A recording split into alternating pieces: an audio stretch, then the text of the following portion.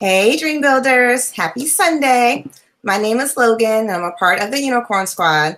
So I haven't hosted in a while. I know we have lots of new Dream Builders. So, hey, y'all, welcome. And for those of you I have met already, hey, friends. Tonight's lesson is about something that I know we're going to have lots of questions about for our guest expert. We're going to get all the 411 on meal prepping, and even better, how to meal prep on a budget. So I know we're all here for that. But first, tech test. Can you guys see me okay? Can you hear me okay? Let me know in the comments. Say hello, say what's up, and then we can go ahead and get started. Hey, Tiffany. Oh, thank you. Can you guys see me okay? Can you hear me okay? Well, you can see me. Hey, Iris. Okay, I'm assuming you guys can see me, obviously, and hear me. Okay, thanks, Gail. Thanks, Kirsty. Okay, so our guest tonight is Terry Wiliams, and he's a world-renowned trainer and owner of the League Elite Training Facility based out of Houston, Texas. I know we actually have quite a number of dream builders in Houston, so it must be the place to be. I love this because it's just another example of Tiffany and the Academy bringing you exactly what you want and making sure we have a financial spin on it, because we're always about saving our coins, am I right? Okay, so am I the only one who feels like this topic is one of my greatest weekly failures? Like, I know I should be doing it. I know all the benefits, but I just can't get it together. Let me know in the comments if anyone agrees with me or if I'm on my own little island, which is very possible. And in the meantime, I'm going to read you Terry's bio so he can go ahead and get started because I know you guys have lots of questions. Okay. Terry is founder of the League Elite Training Facility, a circuit training gym in Houston, Texas. He's trained everyone from pro and Olympic athletes to thousands of common fitness enthusiasts. He is a Lululemon ambassador, nutritionist, and above all things, a lover of people. With a master's degree in health and human performance, Terry has a breadth of knowledge as big as his smile. And before Terry even gets started, let me tell y'all why he's already our new best friend. So I put a link in the chat box already for you guys to fill out your name, and I think it just needs your email address. And you're going to win something potentially before tonight's lesson is over, which we'll talk about a little later. So please fill out the link before 8:30 p.m. because while Terry is giving us all the information, the Unicorn Squad is going to use a random selection tool to pick a few winners, and I'm going to announce those before we close out. So yay! Okay, we're ready to see that smile, Terry. Welcome to Ask the Expert, and just please get us together on this meal prepping business because we are all ears. Absolutely. So thank you so much for having me. What's up to the Dream Builders? I just heard her say that a lot of y'all are in H-Town. That makes me really, really excited. H-Town is the place to be. You got that right, Logan. I got to get out there. I got to get out there. So, Dream Builders, here's what's up. Meal prep is exactly like Logan just said, something that I think we all know that we need to be doing, but we're not doing. And it's because self-discipline is hard, right? It's like anything. And of course, with finances being a thing here, and us talking about, and we'll get into it as we dive deeper into the message here, doing this thing on a budget, here's what's important for us to know. We have this big fear of eating healthy being expensive because there's this stigma attached to it. And we think that we have to go to the European market with the imported goods where everything is organic. And we don't consider that maybe we can go to our local store and it's about our self-discipline when we're in that store, right? It's about what we buy, no matter where we bought it from. And I challenge us all to go in the store and really take a long, hard look at simple comparisons. So for example, if we know that brown rice is healthier than white rice, and there's some competing schools of thought on that, we'll dive deeper into philosophy and science, a little deeper into this. But if we know, hypothetically, brown rice is healthier than white rice, what if we were to actually look at the bag of white rice and the bag of brown rice there on the shelf right next to each other and really challenge the notion that we've traditionally thought that eating healthy is super expensive, and we just look at the price points on both packages? I guarantee you won't see a difference any greater than 5 cents. I tested that theory in the store just this afternoon, a couple hours before joining you guys here. So eating clean is something that everybody needs to do. Eating clean is something that I'd even venture to say everybody wants to do, especially this time of year. We're going to all the holiday parties. We're drinking cocktails. We're eating out of our minds.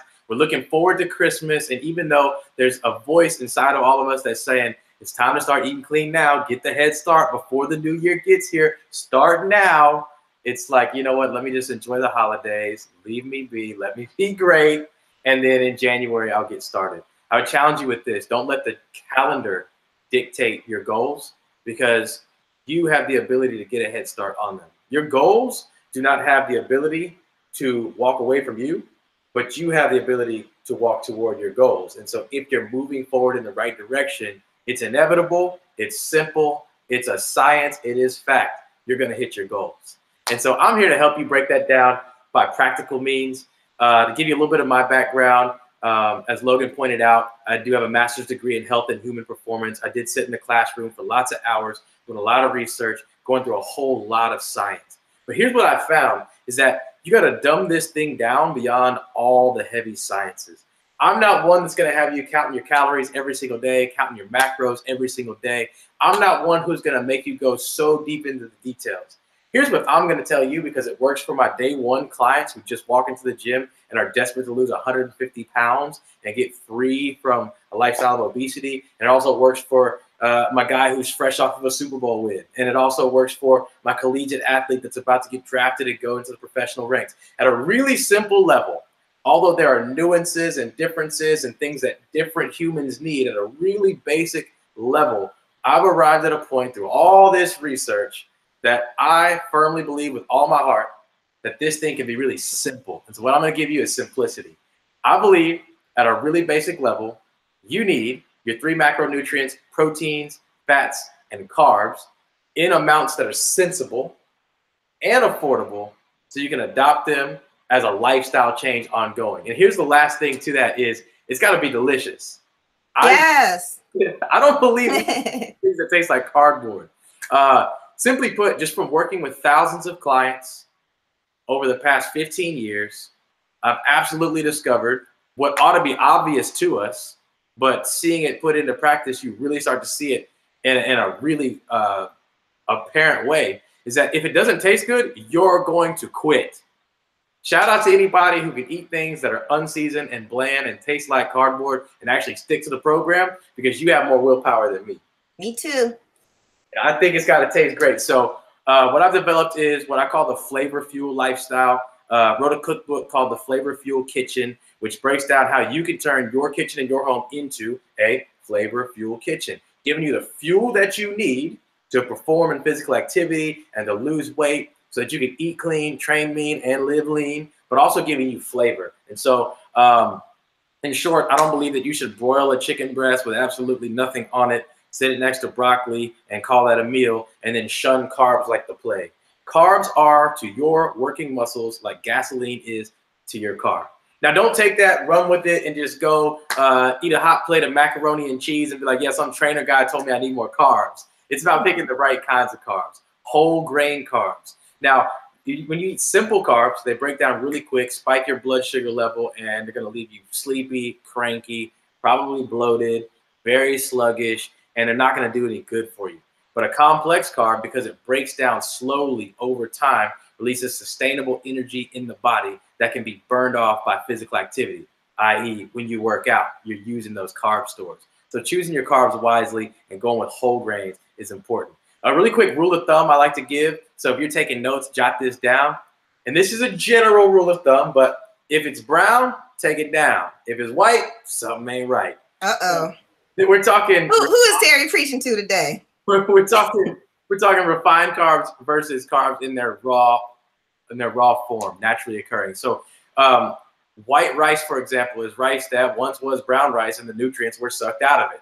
Not that it necessarily was the color brown, but it was rice that had some nutrient value to it, and those nutrients had some form of color. And the reason it's colorless is because those were sucked out of it. Same is true with breads. You want to go with 100% whole wheat bread over white bread, right? So with bread, I would say you want to see 100% on the packaging, because by FDA regulations, if a bread has at least 9% whole grains, they can call it whole wheat bread.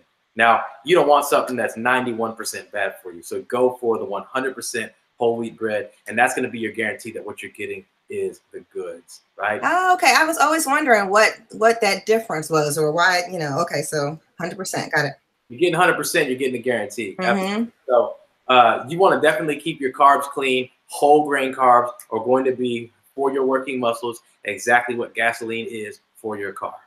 I believe in using your palm as a portion size metric. So we all have different dietary needs, of course, and I encourage everybody to talk with a registered dietitian, get some one-on-one, hands-on information after some tests have been run, and you actually know what's right for you, for your blood sugar levels, for your diabetes, risk of diabetes or lack thereof, for tons of things, from your metabolic rate to hereditary things that have been passed down that you don't even know you have that might need consideration, right? But this is for the general average everyday person that is trying to eat healthy, is hitting some roadblocks, and just wants some quick practical tips. Using your palm of your hand, no fingers included, we're talking just the palm, that is directly proportionate to the size of your body, whether you're big, small, short, tall. That's going to give you a good metric. Using about half of that palm to determine your carb portion in a meal, right? And we're talking whole grain carbs. We're talking things like your 100% whole wheat bread, things like your brown rice, things like your wheat pasta instead of white pasta, or maybe you use pasta as an opportunity to get more vegetables in by eating something like zucchini pasta, or zoodles as we call it in my household. Then you can double that portion, size of a full palm, for your protein portion of a meal. Now, when we're talking protein, of course, the most obvious example and the most popular example would be meats, things like poultry, things like red meat, things like fish. But for those who are plant-based, I love options like chickpeas. I love options like beans of several different varieties. Many are now kind of sliding away from tofu because of the soy content in it. I personally don't have an aversion to tofu. But your protein portion, about the size of a full palm. Here's a real quick, simple, practical on protein.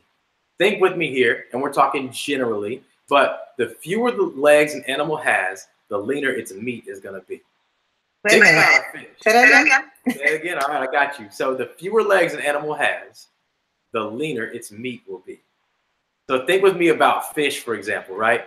When have you ever seen two fish of the same species swimming side by side and had to say, ooh, that salmon right there is obese in comparison to its buddy, right? Mm-hmm. Typically are so aerodynamic in shape, so lean in structure. You can see their musculature even as they swim. That's going to be really lean meat. And we're talking animals with no legs as we talk about fish. Now, when we go to our two-legged friends, birds, poultry, chicken, turkey, these are popularly celebrated as high-protein, low-fat meats, right? And then we look at our four-legged friends, the cow, the pig. Obviously, it's easier to spot a fat pig. It's easier to spot a cow who looks overweight. And so when we look at these things, we can use these as simple metrics. And I'm not one that's going to preach at you about never eat red meat. Here's what I'm going to say is choose the leanest thing most frequently. So if we cater our protein intake to showing preference to fish, the zero-legged animals, and then showing a little bit of preference to poultry, our two-legged animals, and then showing the least amount of preference, reserving for special occasions or maybe one meal a week, that red meat, then we're getting a good balanced protein profile that doesn't look the same every single time you take it in, with portion control, right? The size of the palm being the metric you follow there, and then choosing lean options, choosing options that don't have near as much fat as they have protein. Now, beyond that carb portion, half the palm, and that protein portion, the full palm, the rest of your plate, I firmly believe, needs to be vegetables and fruits. And when it comes to vegetables, you want to get vegetables of plenty of different colors. Now, you'll remember a couple minutes ago I talked about with rice, and the fact that the brown rice has pigmentation shows you that it has some sort of nutrients in it. The same is true with vegetables. In nature, just by design, everything that has a color for a reason. So in your fruits and in your vegetables, the color it holds is given to it by the nutrients that it is characterized by. So if you don't want to get into the madness of tracking how much vitamin A did I get? Did I get enough milligrams of vitamin C today? OMG, I'm not getting any vitamin D. Man, I really need more vitamin E, but I need to get vegetables of this and that color to arrange that. Here's a simple way to do it. You want your vegetables to be the color of the rainbow. If you're getting several different colors, you're guaranteeing that you're getting several different vitamin and mineral groups. So you're getting lots of micronutrients in those vegetables. Now, when you get finished with a meal and you're not full and you want seconds, you can always go back to more vegetables. Now, that would be my key practical there. And we're not talking just bland, raw vegetables that you threw in the oven and cooked up with no seasoning on it. And we will talk seasonings here in a second, but we're talking about finding ways creatively to make vegetables taste great. Now, I've done some detoxes before where I've had nothing but vegetables and water for a few days. And although I am personally a meat lover, I've come away from it thinking, man, I could really be a vegan if I wanted to. There are some ways to really make vegetables taste great. So you want to definitely make sure you show preference to the vegetables, controlling the portion size on your proteins and your carbs. And 3 meals a day you want to eat in that manner. 2 times a day between your meals, so mid-morning, mid-afternoon, you want to get snacks. And these snacks are going to control your metabolic rate. And these snacks are going to help you so that you have a little something to satiate you, keep you feeling like you're not going to lose your mind at the next meal. And it just helps you to get some more self-discipline. And so you want to think these things through as you meal prep. Now, when you do meal prep, and I have a little sample grocery bag here, we can talk through how to navigate the store and what you bring home from the store. A couple things you want to keep in mind. I believe in really focusing on those snacks, right? Those things that come between the meals, because this is what you're relying on to A, curb your appetite between meals so you don't lose your mind at mealtime. You can follow your meal prep guidelines. And then B, what the snacks also do is boost your metabolic rate. If you're eating more often, right? If you're breaking this thing down to a simple science of eat clean ingredients, right?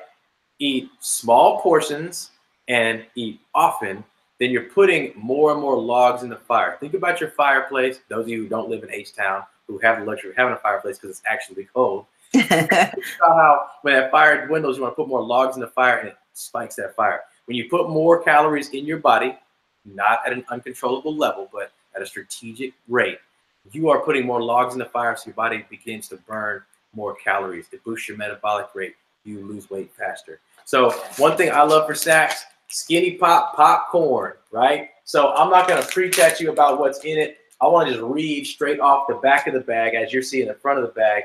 Non-GMO, gluten-free, dairy-free, peanut-free, tree nut-free, preservative-free, no artificial flavors, 0 trans fat, and a good source of fiber. And it says, and it's delicious. I agree. So 39 calories per cup. That, for me, would be the big stat. So if I get a whole cup of this, if I get 8 ounces of this, if I get enough of this to fill up an actual cup and sip and eat it out of the cup, that's a good snack. It's crunchy, it's satisfying, it's flavorful, but it's only 39 calories. That's not hurting my caloric intake goals. Other great things you can use for snacks would be things like Greek yogurt, or if you're going dairy-free or vegan, you can go with So Delicious yogurt, which has absolutely no dairy in it. High protein, low fat, it's amazing stuff. And then also you can always go with your fruits and vegetables. When it comes to cooking your actual meals, I am a huge proponent of you cooking your meal prep at home because you can absolutely control everything that's going into your meals. But I know that for some people, that's just not practical, right? Like, what if I'm no good at cooking? What about me, Terry? What about the guy who cannot cook a lick but wants to eat healthy? Well, you can always go through a meal prep service for that. And one thing that people have often said of them popularly in my circle of clientele is, man, I just think it's going to be so expensive. Now, we have a local brand here that I go through personally, and I'm paying about $8 a meal. And so I'll challenge people with this notion. How much are you spending when you're at work, taking a lunch, and then you have to pay for a meal and then put a tip on top of that meal, right? Right. And typically, people are paying about $15 a meal. We're looking at essentially cutting those expenses in half, financially smart here and healthy here. Eating clean doesn't have to be expensive. You can cut that expense in half to get clean meals. And we're talking about delicious things. So, for example, here I have from local Houston company, Fab and Fit Foods, an awesome chimichurri chicken. So chimichurri is a sauce that's amazing. It's popular in restaurants, and it's kind of considered to be like a delicacy. It's like upscale stuff. It smells amazing. But really all there is to chimichurri is citrus, cilantro, lemon, maybe ginger, and some garlic. You put that in some olive oil, mix it up, and you have this amazing sauce. Everything I named there was a naturally occurring herb. But when you put it on chicken breast, which is lean, it's high in protein, low in fat, you're going to arrive at something that's great for a meal. And here it's just combined with some mixed vegetables. We got some broccoli, cauliflower, carrots. It's amazing, right? Give me that, Terry. Let me ask Terry, can I ask you, speaking of the meal delivery services, because besides cost, I know when I've looked at a lot of meal prep services, it seems like a lot of them are high in sodium. So I know you have to be kind of careful with what you're selecting when you have those options. That's a great question. And here's what I would say is that you want to go with not the major chains, but you want to go with your local companies, right? You want to go with somebody that's in your city. And that's why I say, like, here in Houston, Fab and Fit Foods, it's like these are the people that I work with closely, know the owner of the brand, have seen the kitchen that they're renting out to prepare their meals, and they're not having to put preservatives in their food because they're not mass producing it, trying to do big business everywhere. They're simply focused on delivering to people in the local Houston community, for people who are going to eat it now before it goes bad. Like, this is this week's meal prep only. They're not even recommending people freeze it. A lot of the sodium comes from the notion that people want to preserve it for a long time, right? Okay. So I'd say, yeah, go small, go local, go with somebody you actually know. Like, if you're not in the kitchen cooking your own food, go to your friend who's in their kitchen cooking their own food that you can trust, and then give them your business, because you're cutting your costs, you're saving yourself time and preparation, and you're guaranteed to get yourself something really healthy, right? But I know that one big concern outside of cost with eating healthy is the flavor. And again, I'm going to talk, if there's anything I'm going to preach on, is flavor. You do not need to be eating bland, boring foods because you're going to quit, right? We talked about the chimichurri sauce. So if we're going to do 2 snacks a day and 3 meals a day, right? More times than not, we're going to be eating stuff that has the potential to show up bland and flavorless. So the key to that I just showed there in that example was the chimichurri sauce. There are so many great sauces that you can make to flavor your food, staying away from excess of, if you're taking notes, the 3 S's, the salt, the sugar, and the sodium. So sodium, a lot of times associated directly with salt. I want to be clear in the distinction here that there is sodium in just about every non-organic substance that's out there that we're using to flavor food, right? So the direct presence of table salt in stuff can drive up sodium, but it can also drive up other things that cannot be so good for you. Sugars are in all kinds of things, of course. And then your other means of sodium that's kind of unintentional. You take in sodium if you're using a store-bought can of tomato sauce versus making your own tomato sauce, right? So let's talk sauces and how you can make foods more flavorful. Now, you're going to be getting your lean proteins in, you're going to get your vegetables in, you're going to get your complex carbs in, but you don't want that to taste like cardboard. So first things first, I would say cook your favorite foods and just make them with clean ingredients, right? So if you want a pizza, make a pizza, homie. But the thing is, you want to get a whole wheat crust. You want to make your own tomato sauce, right? Throw a tomato in a blender, get a clove of garlic, add to it, get a pinch of chopped red onion, add to it, get a little bit of basil, add to it, and pulse that till you puree it down smooth, and you've got your own custom crafted, homemade tomato sauce to spread on that whole wheat pizza crust. And then you're adding things like turkey pepperoni, which has 76% less fat than your standard sausage pepperoni, right? And in all honesty, it tastes great. Everybody in my household, from myself to my wife to even our 2-year-old, is into the turkey pepperoni. I like it too. Yeah, I've had it. Yeah, cool. So you can vouch for it. I can vouch. And then the lowest fat cheese you can find. We actually use dairy-free cheese. My wife goes to a holistic doctor who recommended that she knocks out dairy because of her blood type and just kind of how her body processes it. And I'll tell you, honestly, I don't taste the difference. It's awesome.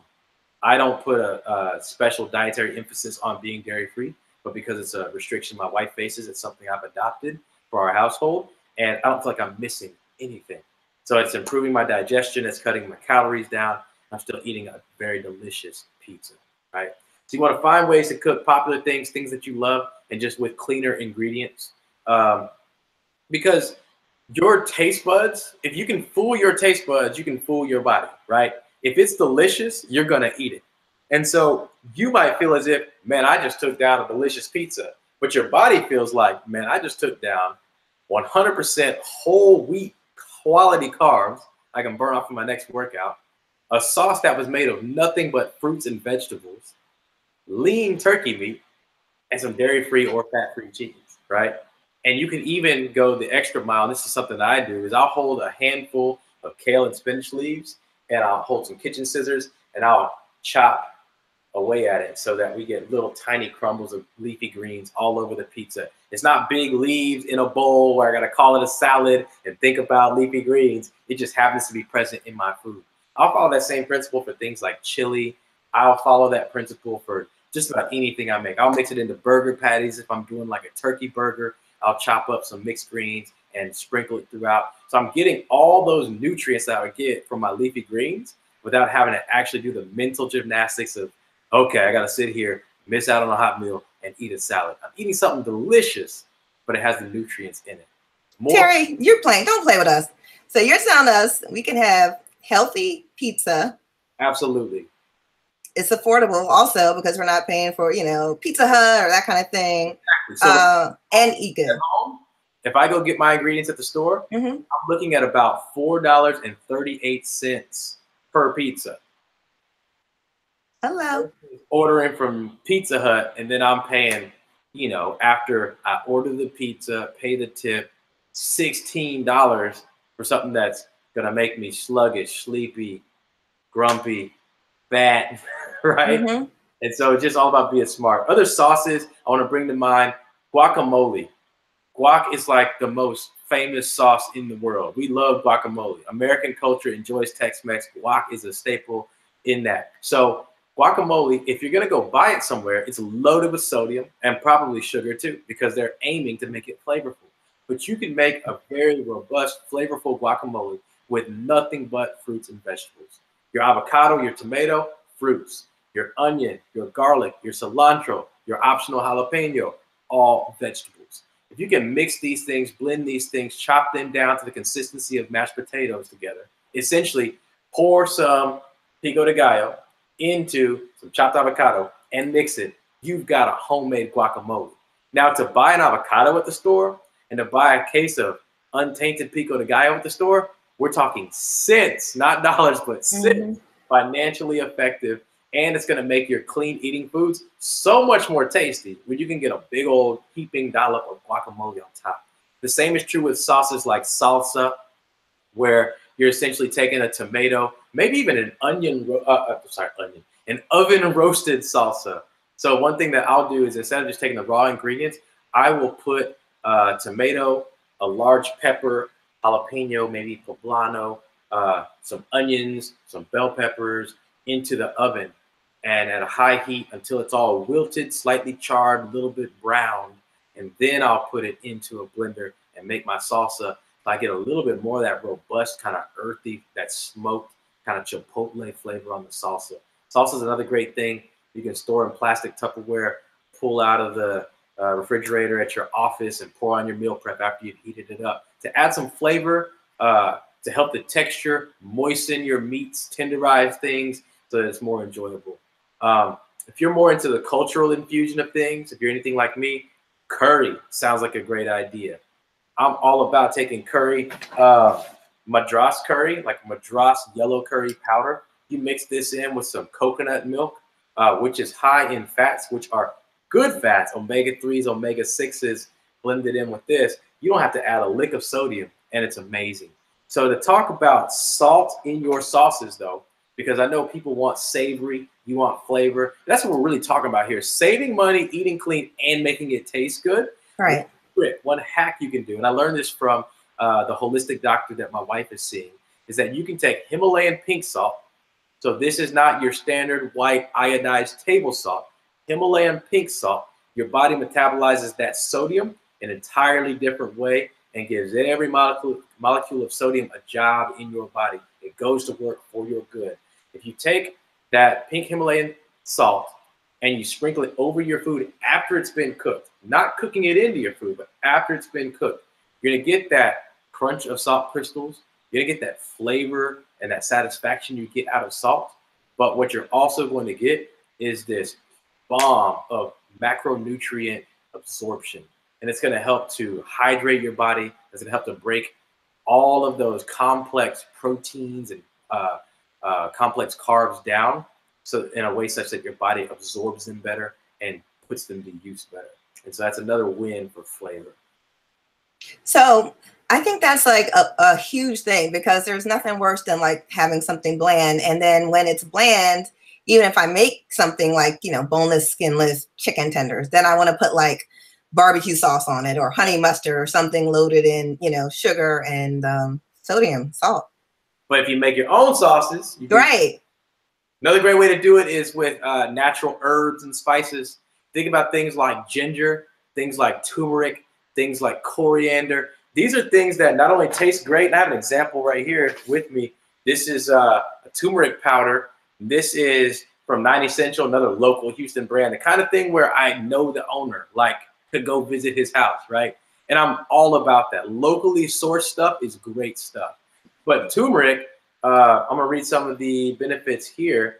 So turmeric is gonna help with diabetes, blood pressure, cholesterol, anti-aging, helps to knock out depression, helps to fight things like cancer, heart disease, Alzheimer's. And turmeric tastes great. It's one of those things we don't really talk about. It's you know, it's just like not on our radar, but it gives your food like this beautiful neon yellow glow. And if you mix some turmeric with maybe some ginger and sprinkle it in on a chicken dish, and then maybe add a little bit of vegetable stock to it to thicken it into a sauce, you've got this moist, beautiful chicken breast that is no longer that boring, grilled, dry chicken breast that we've been traditionally taught we have to do to eat clean. You can get the flavor, but what you're using as flavoring agents is all things that go to work in your body, making you a cancer-fighting machine, an obesity-fighting machine, helping you to eat clean and then also enjoy it in the process. Love it. This is great information, Terry. I'm overwhelmed. Let me see. Okay, let's get to. Are you finished, Terry? You still got a little more to go? You know what? Let me throw in one last thing. Yeah, absolutely. I think the dream builders will really love this. Okay. Because I don't like to be too rigid and rulesy. Okay. Mm-hmm. There'll be some who will disagree with this philosophy, and I'm okay with entertaining that conversation too. But here's my firm belief on what I call leisure meals. Okay. We talked all this stuff about eating clean. You're eating 3 meals a day and 2 snacks a day. You're eating 5 times a day. So that's 35 times in a 7-day week. I believe that you should have 2 leisure meals within that week. So your ratio is amazing. 33 clean meals to 2 meals that are not so clean. Now, here's how we're looking at that, though. Your leisure meals are not cheat meals, okay? I don't even like the word cheat from like a psychological standpoint. Mm-hmm. You don't want to cheat on your taxes. You don't want to cheat on your spouse. Let's not cheat on your nutrition. This is not, oh man, I drove past this place and the food smells so good. I'm totally caving under the temptation, so I'm just going to cheat. If you have a negative connotation associated with it, and it's like, oh man, I cheated, I fell off, then a cheat meal becomes a cheat day, and it becomes a cheating on your program long term. I love it. Mindset. Element of shame attached to that. Leisure meal is entirely different.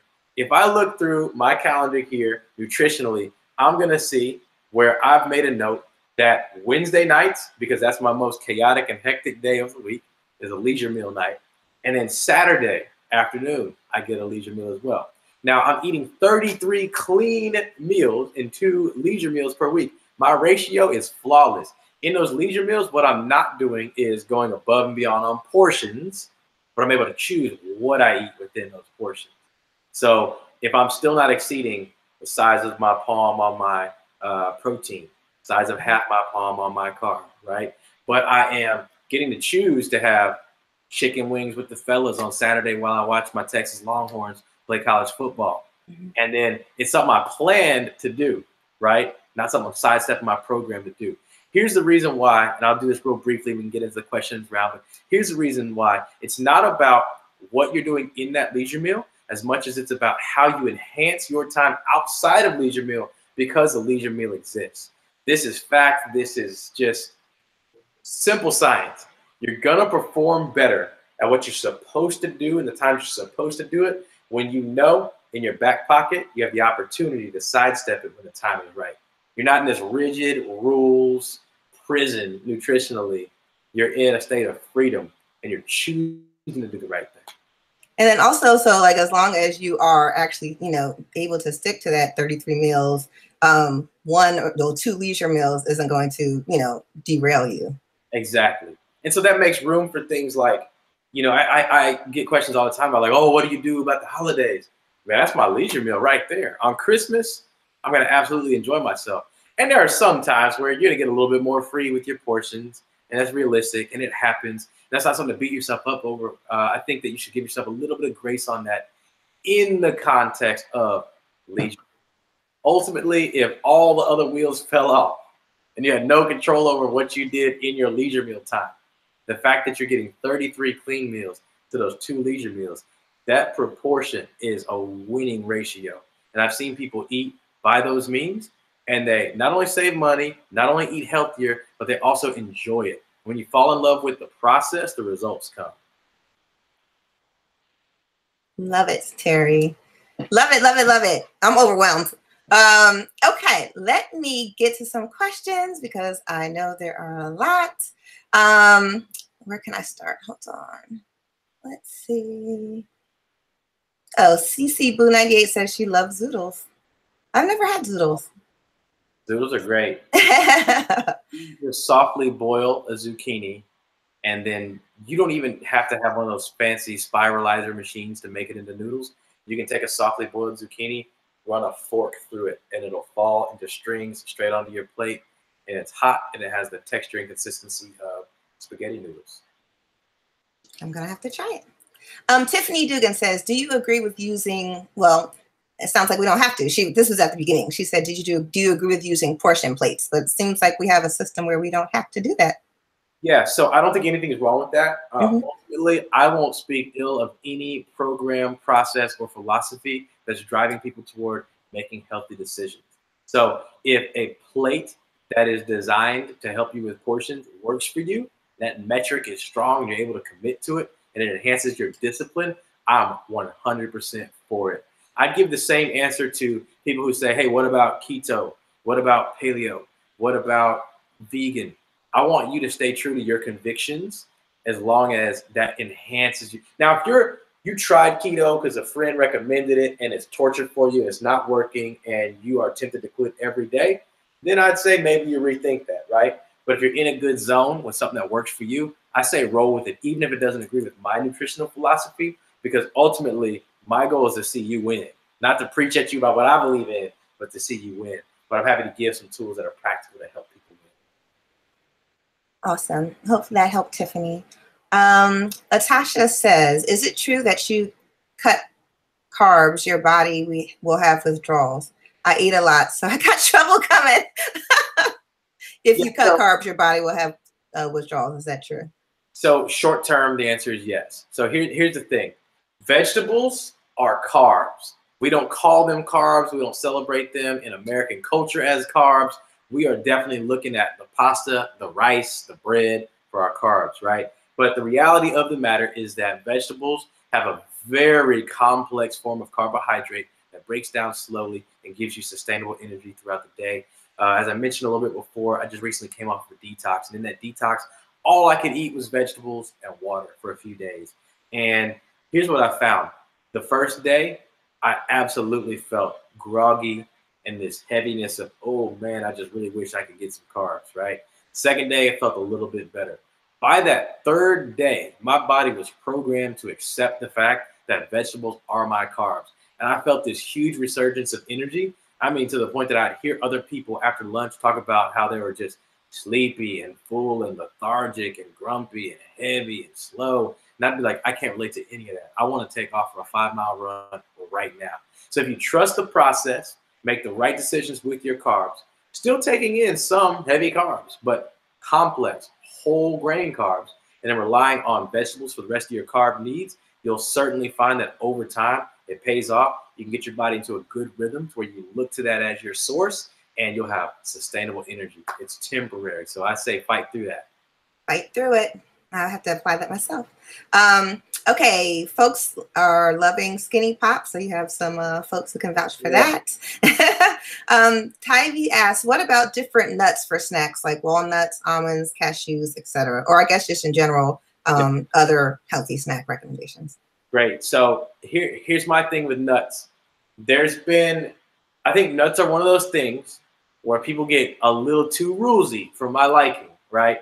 I don't want people to discourage people from eating nuts because a nut is a raw, naturally occurring thing, especially if you're not adding seasoning to it or buying like candied nuts. If you're getting the raw goods that are naturally occurring nuts, I think nuts in any variety are great for your body because they're producing great protein. And they're also going to carry some fats, but they're the good fats, your omega-3s and omega-6s, which are an essential macronutrient. So some people will say, stay away from cashews. They're way more fatty than almonds and things like that. I say go for nuts. I would not get more than a handful when it comes to nuts in your snack time. Also, outside of nuts, alternatively, seeds are great. Pumpkin seeds, sunflower seeds. And again, we're talking raw, unseasoned, unflavored, raw. Nuts and seeds are great for you.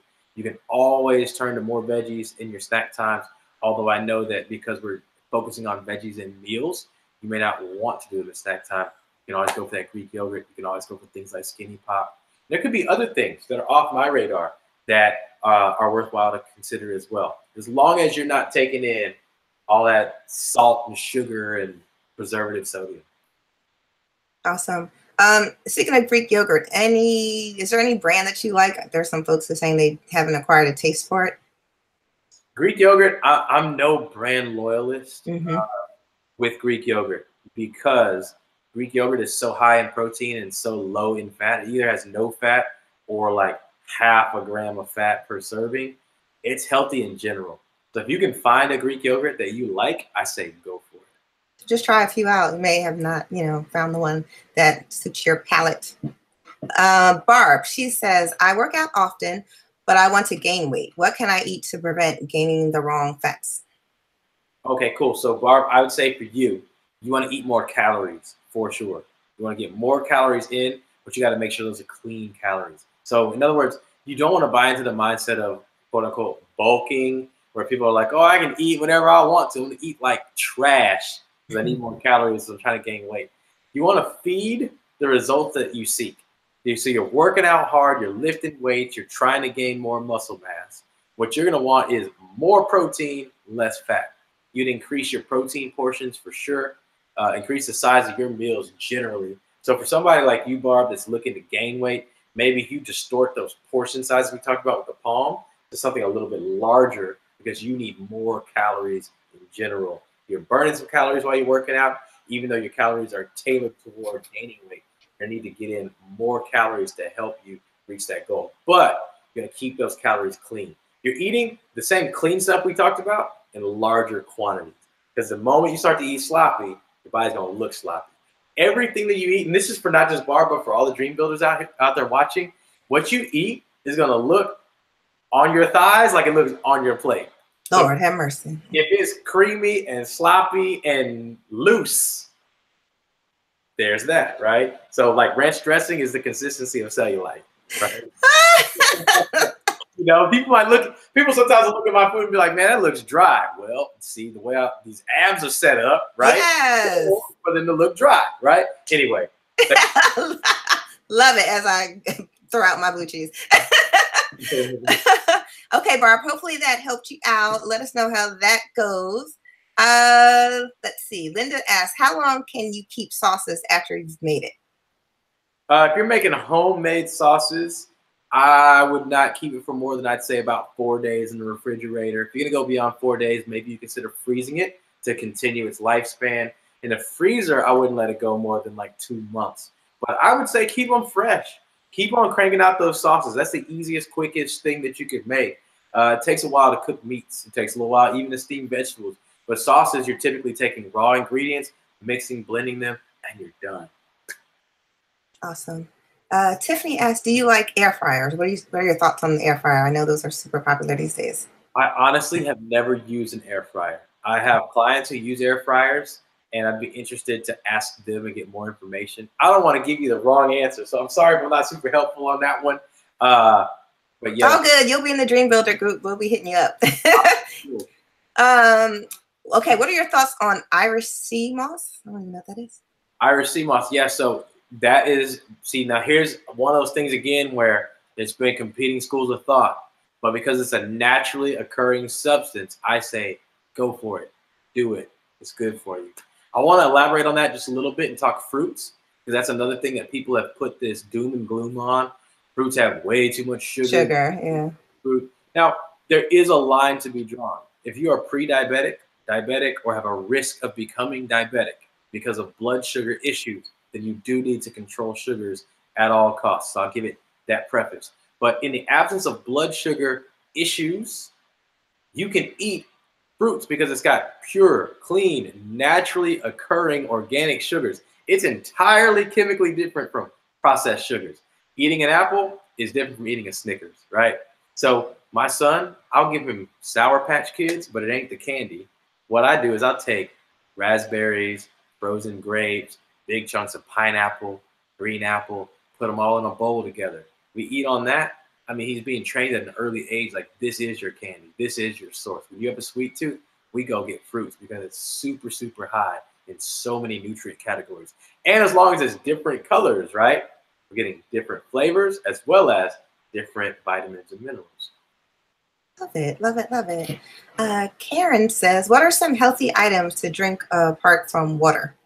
What's up, Karen? And in my little grocery bag we use as a demo, I have a little example here. I love Topo Chico. Topo Chico is a sparkling mineral water. I drink this stuff like it's soda. I drink this stuff like some people drink beer. Like this is my go-to social beverage because it's really just water, right? But it has that light carbonation. It has those bubbles to it. It has that tickle in the back of your throat that's so soothing and satisfying. You could also throw a slice of lemon or lime into it to flavor it up a little bit. Some people want actual flavors in their water, and for them, I'd say you can go with something like LaCroix. That does come in a lot of different flavors.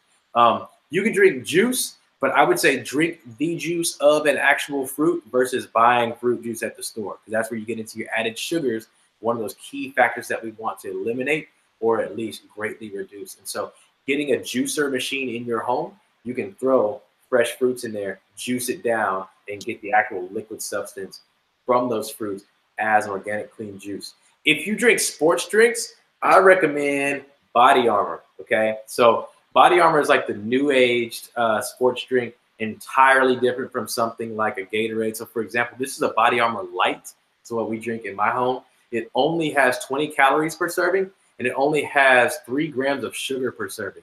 If you were to compare that to like Gatorade, you're looking at 9 teaspoons of sugar in one bottle. That's ridiculous. So get with the new school. Body Armor also has 890 grams of milligrams of electrolytes in it. So it's amazing stuff. All right. I've learned too. Well, actually, I've had Body Armor. It's really good too.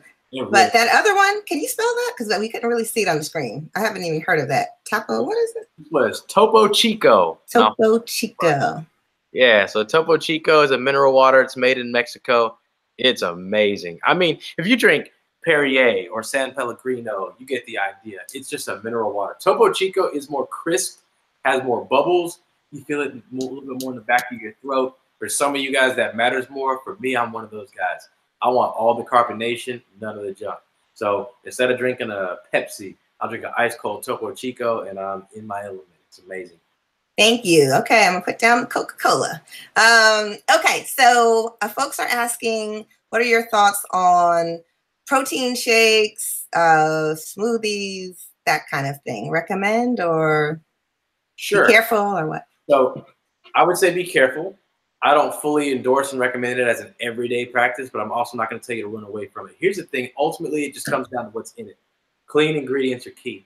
So if you're making your own protein shake at home by using a low sugar, that's the key word, low sugar protein supplement, and throwing it in a blender with clean stuff, like some mixed green leaves and a frozen banana and a little small scoop of almond butter and blending it down, you're making what is a clean protein shake. You feel the satisfaction of, man, I just had a bomb protein shake. Your body feels the satisfaction of, man, I just took in so many milligrams of electrolytes and vitamins of different categories and a little bit of a protein boost. Your body feels good. Your body wants to perform well. You're not going to be groggy, sluggish, worn down, and you're going to be well fueled for activity. Okay, that is excellent. Okay, it's about 8:53 now. We're going to have to let Terry go shortly. We have a few things to do. One more question, and Terry will be in the group for a little bit afterwards anyway. Kimberly asked, do you recommend buying frozen fruits and veggies to have in stock or primarily fresh? Primarily fresh, but I'm not going to shun frozen. So I've heard some fitness experts come down really hard on people for having frozen veggies. Here's my thing though. If that's going to be an inhibiting factor in your fitness journey, please go get the frozen veggies. It's all good. You're going to get more nutrient value when it's fresh than when it's frozen, but not by some huge margin that totally nullifies the fact that you're eating vegetables, right? If you get frozen vegetables, hang on to them for a little while, cook them up when you're ready to eat them. There is the truth that it's a little bit less nutrient dense than fresh vegetables, but it's still a heck of a lot more nutrient dense than you driving down the street to get fast food because you didn't want to eat your vegetables. So I'm a proponent of you eating your vegetables. When you talk about fruits, freezing fruits brings out a whole new element of flavor and enjoyment. So if you were to take some grapes, for example, white grapes, and freeze them, when you get those grapes out of the freezer, put them in a bowl and eat them, they become sweeter. And the sensation that comes along with them being frozen and harder to bite into, they don't become like ice cubes. They become more like a handheld slushy. It's amazing. It'll help you get over your sweet tooth real quick. But yeah, for vegetables, I'm okay with you getting frozen veggies as long as it helps you to get those veggies worth it for your meal. Yes, thank you, Terry. Okay, so it's 8:55, and we want to get to Terry's book. Terry has an amazing book, which he mentioned, called The Flavor Fuel Kitchen. Terry, just tell us a little bit about what's in the book first. Yeah, for sure. So what you're going to get in the Flavor Fuel Kitchen is a lot of what we just talked about. It's recipes. It gives you the nutritional philosophy and breakdown of when to eat, what frequency to use, how to eat clean, getting those snacks, getting those healthy meals, all the portion control. It definitely does include leisure meals as well. And then it gives you recipes. Recipes for fun things, because I think eating boring sucks. So we got things like pizza. We got things like kebabs. We got things like buffalo wings. We got things like chicken and shrimp fried rice. We got things like guacamole. We got things like hot dogs, hamburgers. The Flavor Fuel Kitchen basically just shows you how to take your kitchen that's either going to be an unhealthy kitchen or a bland, boring, health-obsessed kitchen, turn it into what I call a Flavor Fuel Kitchen, where you don't have to sacrifice flavor in order to get fuel. You can do it sensibly. You can save money in the process by being smart with your ingredients. You can eat clean by eating the things you enjoy, simply made with cleaner items in them. So that's kind of the heart and soul behind the Flavor Fuel Kitchen. Between all the recipes, it also has some myths and tips. So for example, it'll talk about how, we've been told to avoid fat like the plague, but in actuality, you need some good clean fats like we find in nuts or avocados. So that in a nutshell kind of gives you a feel for what you can find in the Flavor Fuel Kitchen. It's available on Amazon for $15.95. You can just simply search the title, The Flavor Fuel Kitchen. Easy to find. It is on Prime, so it can ship to you wherever on God's green earth you are in 2 days for free shipping. Love it. So Terry, did I say Terry was our best friend? Now he's telling us we can have pizza, we can have hot dogs. And in addition to that, he's going to give away 5 books to dream builders for free. So is that not incredible? See how it pays to be a dream builder. I do have the winner names here. So first, somehow I didn't win. I don't know how that happened, but okay. The 5 winners, though, I'm going to announce the names. It's Monica McIntyre. And if I mess up the name, forgive me. Khalees Morse, Chica Walton, Mary Leanne Parks, and Shamil. Congratulations, you guys won, and Terry will be in touch with you for your books. For those of us who did not win, that means that we need to head over and purchase. Obviously, it's well worth it. Terry gave us so much information. I'm going to provide the Amazon link right in the Facebook post, and also it'll be right in the Academy for you guys to access it. And Terry, tell us how else we can find you. Give us your website, any of your other pages, social media handles. Sure. So my website is packtraining.com. That's PACK training.com. Cool story associated with that. Pack Training is the fitness format we use at my gym called The League, located here in H-Town. I do a lot of off-season training for athletes. And before I founded our gym, I wanted to be a strength and conditioning coach for a football team. A pro football player was like, no, don't come work for a team. Do your thing. Set up your roots in your city. Don't worry about getting fired with some coaching staff and having to move city to city. And athletes will come to you. And lo and behold, that proved to be true. And we also got a lot of average, everyday fitness enthusiasts. So we see people from all ends of the spectrum.